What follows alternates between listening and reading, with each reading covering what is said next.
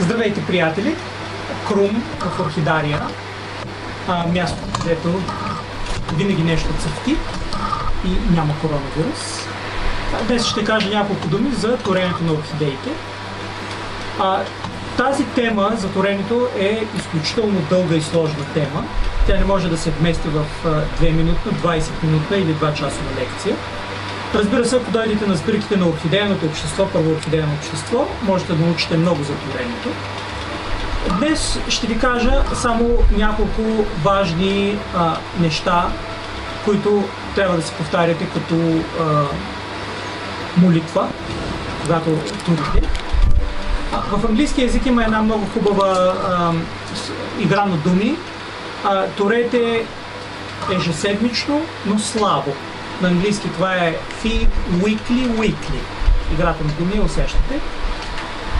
Това трябва да си го повтаряме всеки път, когато турим. Ако се колебаете дали да турите или не, обикновено моят съвет е да не турите. Но ако сте твърдо решени, че трябва да се тури, разводнявайте торта възможно повече. Аз си пиша на моите разводнени торчета, си пиша колко милилитра на колко литра вода, защото различните торове имат различни концентрации и така правя изчисленията веднъж и после само измервам милилитрите и ги разтварям в вода.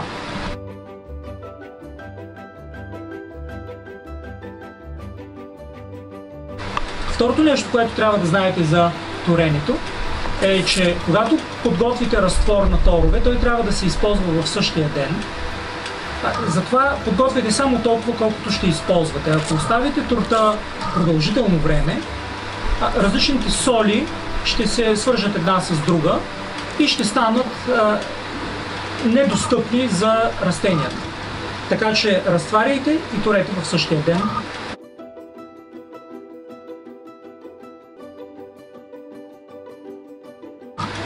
Третото нещо, което не трябва да забравяте, когато използвате торове, има макроелементи и микроелементи. Когато си купувате торове, не дейте да четете дали това е за рози, за бакла или за зеле, а просто гледайте какви съставки торове се съдържат в торта. Ако торта съдържа много елементи, микроелементи като бор, никел, мед, кобалт и магнезий и така нататък. Това е микроелементен тор, той е комплексен и е много по-подходящ за орхидеите.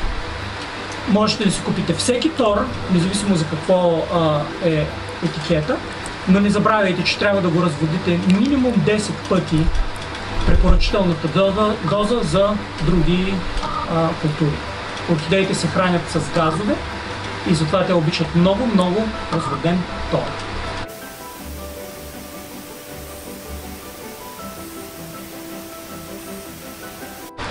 Не прекалявайте с торенето, защото ще се получи бял депозит по листата, и не торете цветовете. Цветовете не обичат да бъдат поливани с тор. Както казах, тази тема е много обширна. Желателно е да чуете по-дълга лекция с графики и с картинки и да ви върнем в общи линии в 7 клас. И благодаря ви, че посетихте сайта на Орхидария.